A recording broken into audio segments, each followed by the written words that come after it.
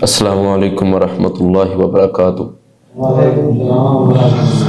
الحمدللہ والصلاة والسلام علی من لا نبی بعد، اما بعد، اعوذ باللہ السمیع العلیم من الشیطان الرجیم من حمزہ ونفکہ ونفثہ، بسم اللہ الرحمن الرحیم۔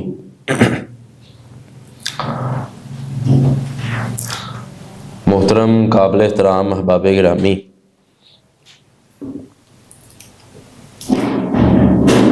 انسان اس دنیا میں پیدا ہوتا ہے،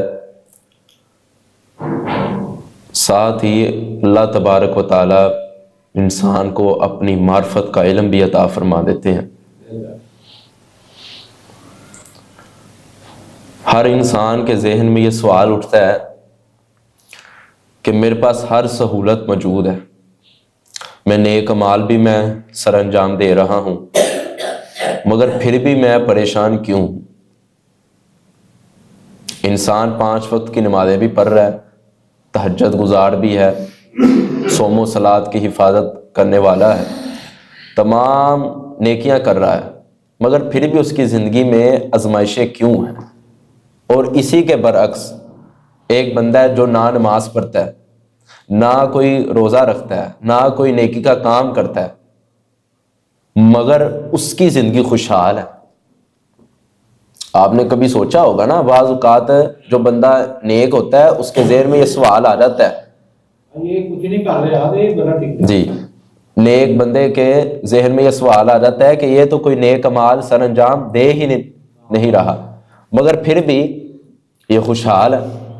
اور اسی کے برعکس نیک آدمی ہے، اللہ کے احکامات کو اپنی عملی زندگی میں سر انجام دینے والا ہے، مگر اس کی زندگی میں آزمائشیں، مصیبتیں، پریشانیاں کیوں ہیں؟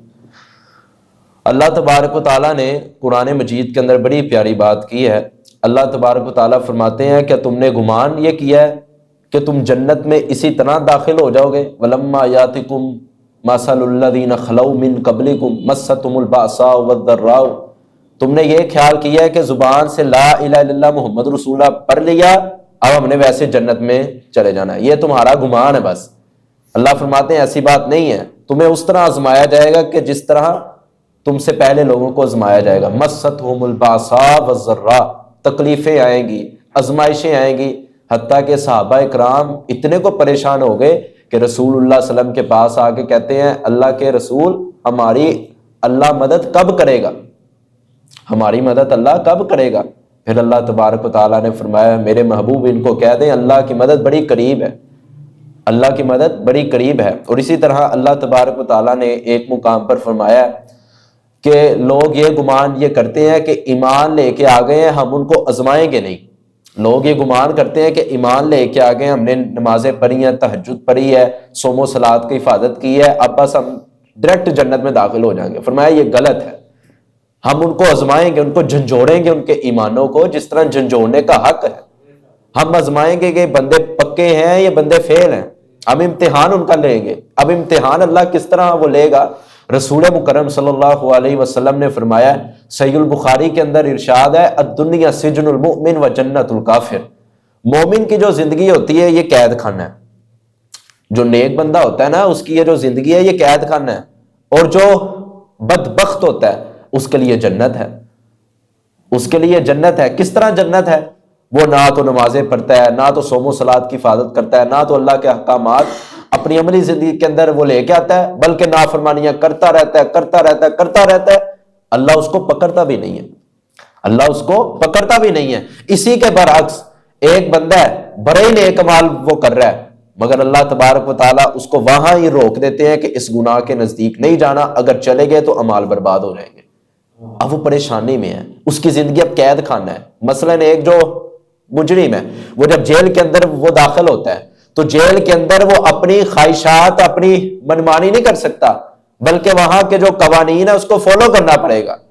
اگر وہاں مثال کے طور پر اس کو یہاں سے لے کے اتنے وقت سے لے کے اتنے وقت تک کھانا ملنا ہے تو اتنا ہی ملنا ہے اور اتنے وقت میں ملنا ہے۔ وہاں وہ یہ نہیں کہہ سکتا کہ میری مرضی ہے، میں جب مرضی کھاؤں جب مرضی اٹھوں، نہیں، جیل کے اندر بندہ قوانین کو فالو کرتا ہے، اگر نہ کرے گا تو اس کو سزا ملے گی۔ یہی ایک مومن کا معاملہ ہے کہ مومن کے لیے اللہ تبارک و تعالیٰ نے پوری دنیا کو قید خانہ بنا دیا ہے۔ اب قید خانہ کیسے ہے کہ بندے کا دل کر رہا ہے، خواہشات بھی ہیں، بندے کا دل کر رہا ہے کہ یار حرام طریقے سے مال میں کما لوں، اگر حرام طریقے سے میں مال میں کما لوں گا تو میں تو بڑے بڑے پلازے کھڑے میں کر دوں گا، بڑی بڑی جائیداد میں بنا لوں گا، اپنا بینک بیلنس میرا بہت زیادہ بھر جائے گا۔ بندہ کر سکتا ہے، مگر مومن کیا کرتا ہے؟ ایک طرف اس کی نفس کی خواہشات ہیں اور دوسری طرف اللہ تبارک و تعالیٰ کا فرمان ہے وَنَهَا النَّفْسَ عَنِ الْهَوَىٰ، کہ وہ لوگ جو اپنے نفس کی خواہشات کو کچل کر میری اطاعت کو مقدم رکھتے ہیں، یہی بندے ہیں کہ جن کی دنیا قید خانہ ہے۔ اور رسول اللہ صلی اللہ علیہ وسلم نے فرمایا ان اللہ اذا احب عبدا دعا جبریل، جب اللہ کسی بندے سے اس دنیا میں محبت کرنا شروع کر دیتا ہے دعا جبریل، تو جبریل کو بلاتے ہیں، اللہ جبریل کو بلا کے کہتے ہیں اے جبریل میں اس بندے سے محبت کرتا ہوں، تو بھی محبت کر۔ سبحان اللہ۔ اور جس سے رب محبت کرنا شروع کر دے اس کی زندگی کے تو کیا کہنے۔ اور اللہ کے رسول صلی اللہ علیہ وسلم فرماتے ہیں پھر جبریل آسمان پہ آتے ہیں، سارے آسمانوں پہ چکر لگاتے ہیں اور آسمانوں پہ چکر لگا کے کہتے ہیں کہ اللہ اس بندے سے محبت کرتا ہے، میں بھی محبت کرتا ہوں، اور فرشتوں تم بھی اس سے محبت کیا کرو۔ پھر فرشتے آسمان دنیا میں آتے ہیں، پھر لوگوں کے دلوں میں اس بندے کی محبت ڈال دی جاتی ہے۔ میں آپ کو چھوٹی سی مثال میں اس کی دیتا ہوں۔ مثلا جو بیت اللہ کے امام ہے وہ کون ہے؟ شیخ سدیس حفظہ اللہ تعالی۔ ہم نے ان سے ملاقات نہیں کی، جتنے ہم یہاں بیٹھے ہوئے ہیں ہم نے ملاقات نہیں کی، مگر ہمارا دل اتنا کرتا ہے کہ ہمارے سامنے آ جائے تو ہم ان کو بوسہ دیں، اتنی محبت ہے ان سے۔ محبت کیوں ہے؟ کیا مال کی وجہ سے؟ نہیں۔ کیا کوئی بینک بیلنس کی وجہ سے؟ نہیں۔ صرف محبت اس لیے ہے کہ اللہ نے ہمارے دلوں میں اس بندے کی محبت ڈال دی ہے۔ ہم نے کبھی ملاقات نہیں کی، مگر ہم ملاقات کے لیے روزانہ ترستے ہیں کہ بیت اللہ جائیں، طواف کریں اور بیت اللہ کے آئمہ سے ملیں، ملاقات کریں، ان سے دعائیں لیں۔ کیوں؟ اللہ تبارک و تعالیٰ نے جبریل کو کہا اس سے محبت کرو، جبریل نے فرشتوں کو کہا اور فرشتوں نے کہا کہ اللہ کا یہ مقرب بنتا ہے، چلتا زمین پہ ہے، اس کے جو پاؤں ہوتے ہیں، قدم ہوتے ہیں، اس کی کھراک جنت میں آ رہی ہوتی ہے، اس سے محبت کرنی ہے۔ اور پھر بندہ کہے کہ میری زندگی میں خوشحال نہیں ہوں۔ اور اسی طرح رسول اللہ صلی اللہ علیہ وسلم نے فرمایا کہ سب سے زیادہ مصیبتیں اگر آئی ہیں تو میں محمد رسول اللہ پہ آئی۔ اللہ کے رسول حضرت اماں جی عائشہ فرماتی ہے میں ایک دن رسول اللہ کے پاس بیٹھی ہوئی تھی تو رسول اللہ صلی اللہ علیہ وسلم نے فرمایا عائشہ ان تفرہا واہل التوہ، اگر پوری کائنات کی مصیبتیں، پریشانیاں، آزمائشیں ایک طرف کر دی جائیں، پوری کائنات کی مصیبتیں مل کر میں محمد رسول اللہ کی مصیبتوں کا مقابلہ نہیں کر سکتی، جتنی مجھے دکھ پہنچے ہیں، جتنی مجھے مصیبتیں آئی ہیں۔ اب کیا ہم یہ گمان کرتے ہیں معاذ اللہ نعوذ باللہ کہ اللہ کے رسول وہ نیک نہیں تھے؟ کیا وہ صوم و صلات کی حفاظت کرنے والے وہ نہیں تھے؟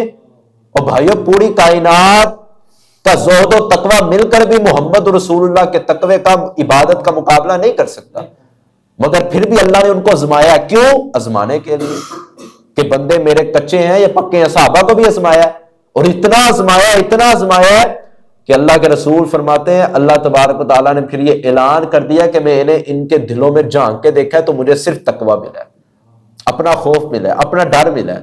ان کے دلوں کے اندر دنیا کی کوئی تما نہیں، ان کے دلوں کے اندر دنیا کی بینک بیلنس اکٹھے کرنے کی کوئی تما نہیں، ان کے دلوں کے اندر صرف ایک میرا خوف ہے، اور خوف کی وجہ سے میں ان پہ راضی ہو گیا اور قیامت تک ان پہ راضی رہوں گا۔ مثال سے بات سمجھاؤں کہ رسول مکرم صلی اللہ علیہ وسلم کے جو صحابی تھے حاتم بن ابی بلدہ رضی اللہ تعالیٰ عنہ، یہ بدری صحابی ہیں۔ آپ کو مشہور واقعہ ہے کہ جب انہوں نے ایک مسٹیک کی تھی، تھوڑی سی غلطی کی تھی، وہ غلطی کیا کی تھی انہوں نے کہ رسول اللہ صلی اللہ علیہ وسلم کی جاسوسی کی تھی، خط وہ لکھا اور خط لکھ کے بھیج دیا۔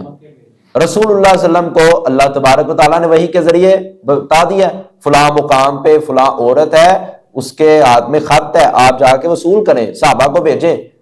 مشہور واقعہ، صحابہ گئے، اس نے کہا میرے پاس وہ نہیں ہے۔ حضرت علی نے کہا اگر تمہارے کپڑے بھی اتارنے پڑے تو اتاریں گے، پوری کائنات کی زبانیں جھوٹی ہو سکتی ہے، محمد کی زبان سے آگ پر سچ نکلتا ہے۔ اس نے کہا ماشاءاللہ قربان جاؤں، تم ایسے پیر کے مرید ہو۔ اس نے کہا اپنا چہرہ دوسری طرف کرو۔ اس نے جو اپنے بالوں کی مرلیاں تھی اس سے خط نکال کے اس نے کہا یہ خط ہے۔ وہ خط لے کے آئے تو رسول اللہ کے سامنے پڑھا گیا. آپ کو پڑھنا لکھنا تو آتا نہیں تھا, آپ کے سامنے پڑھا گیا. جب پڑھا گیا تو رسول اللہ صلی اللہ علیہ وسلم رو پڑے کہ حاتم بن ابی بلدہ نے یہ کام کیا. حضرت عمر نے تلوار میان سے نکالی, فرمایا اللہ کے رسول یہ منافق ہے, یہ منافق ہے, آپ کا حکم ہو میں اس کی گردن جدا کر دوں. آپ نے فرمایا نہیں.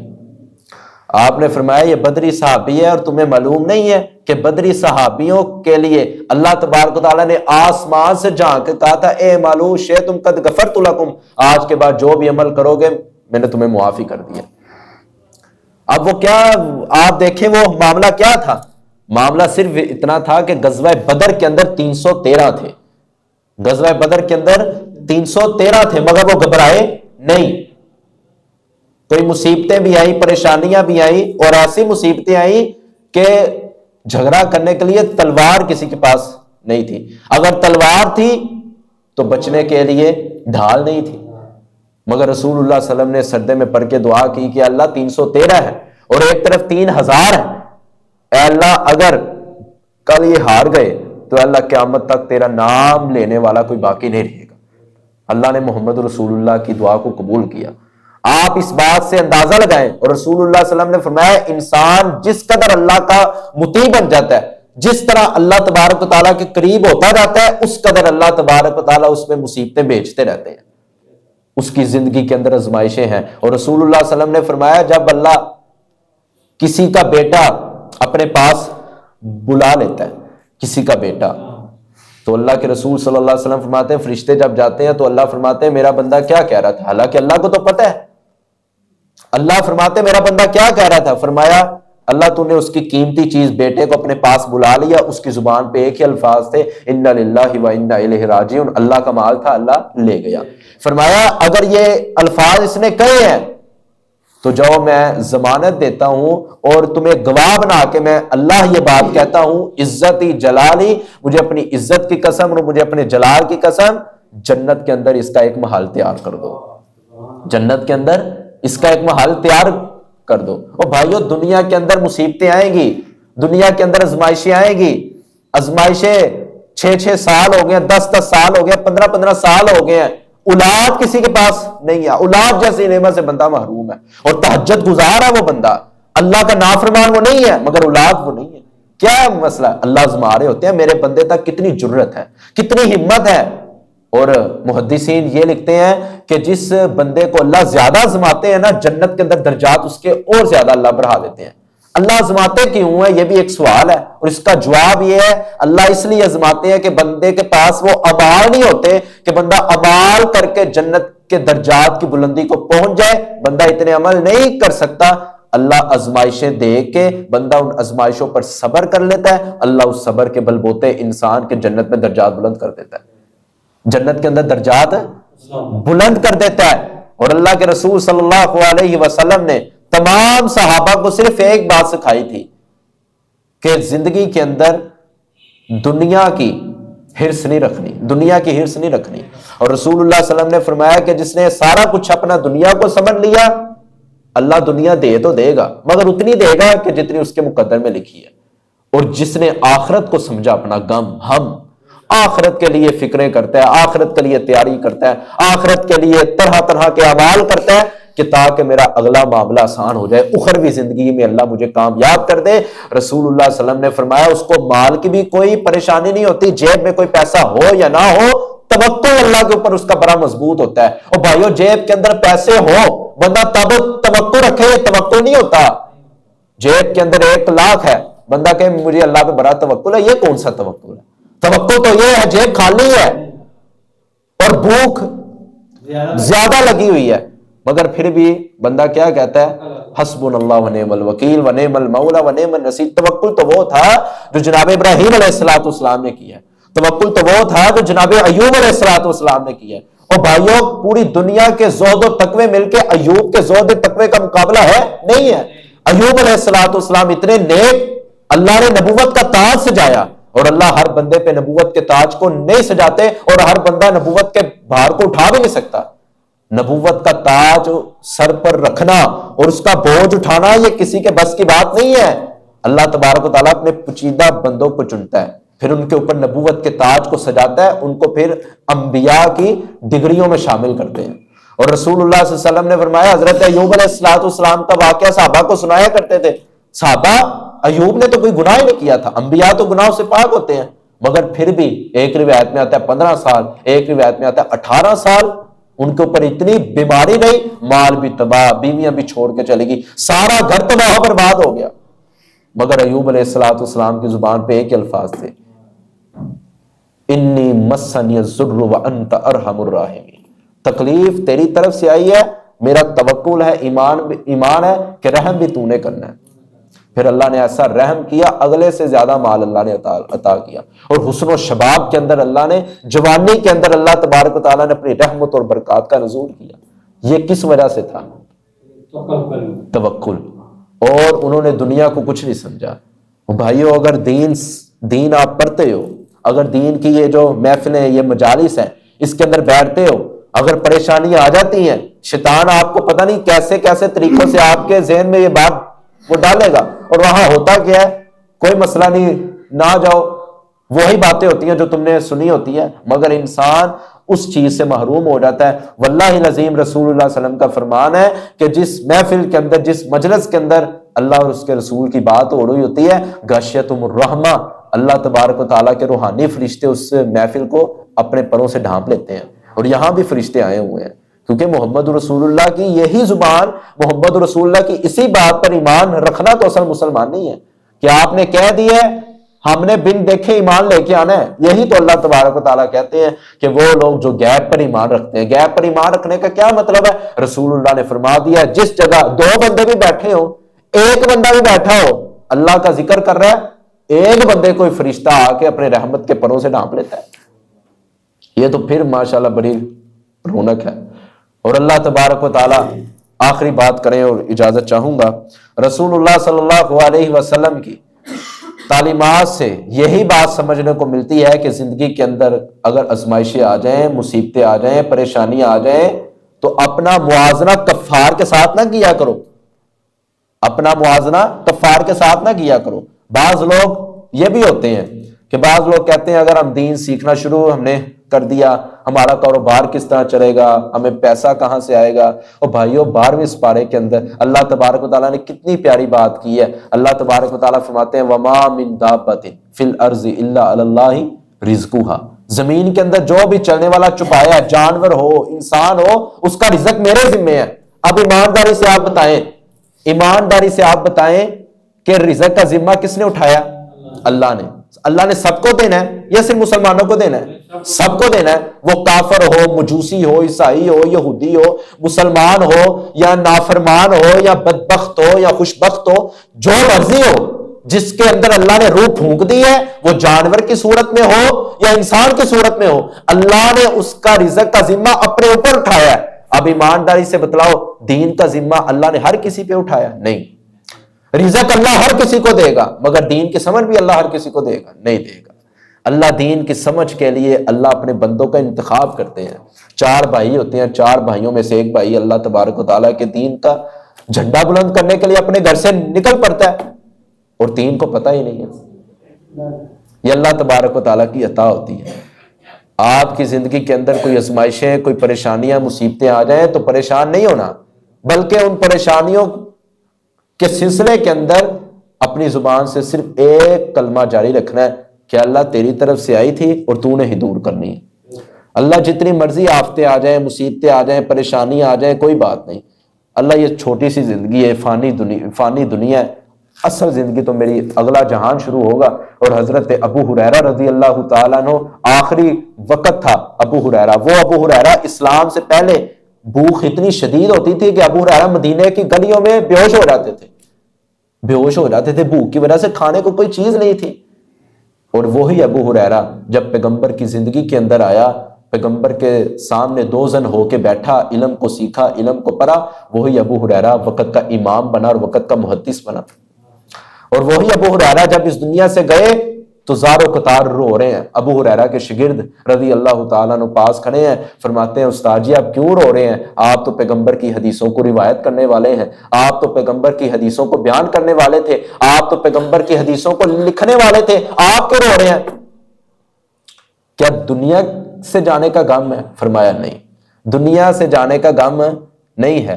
وَقِلَّةِ زَادِ وَبُعْدِ سَفَرِ، مجھے اس چیز کا غم ہے کہ اگلا سفر میرا بہت لمبا ہے، اس کے لیے میں نے تیاری تھوڑی کی ہے۔ صحابی کہہ رہا ہے، صحابی کہہ رہا ہے کہ جس کے اوپر اللہ نے جہنم کی آگ کو حرام کر دیا ہے، وہ صحابی کہہ رہا ہے کہ قلت زاد وبعد سفری، سفر بڑا طویل ہے، سفر بڑا لمبا ہے، مگر اس کی تیاری میں نے بڑی تھوڑی کی ہے۔ حالانکہ تھوڑی کی تھی صحابی نے تیاری، نہیں بڑی تیاری تھی، مگر پھر بھی ان کے ایمان کی سٹیج آپ چیک کریں۔ اللہ تبارک و تعالیٰ سے دعا ہے کہ اللہ تبارک و تعالیٰ ہمیں دین کو سمجھنے کی اور کما حق اس پہ عمل پیرا ہونے کی توفیق عطا فرمائے، اور زندگی کے اندر جو آزمائشیں آتی ہیں، جو مصیبتیں آتی ہیں، جو آفتیں آتی ہیں، اللہ تبارک و تعالیٰ ان مصیبتوں کے اندر صبر کا دامن تھامنے کی توفیق عطا فرمائے۔ اقول قولی ھذا استغفر اللہ لی ولکم وآخر دعوانا الحمد للہ رب العالمین۔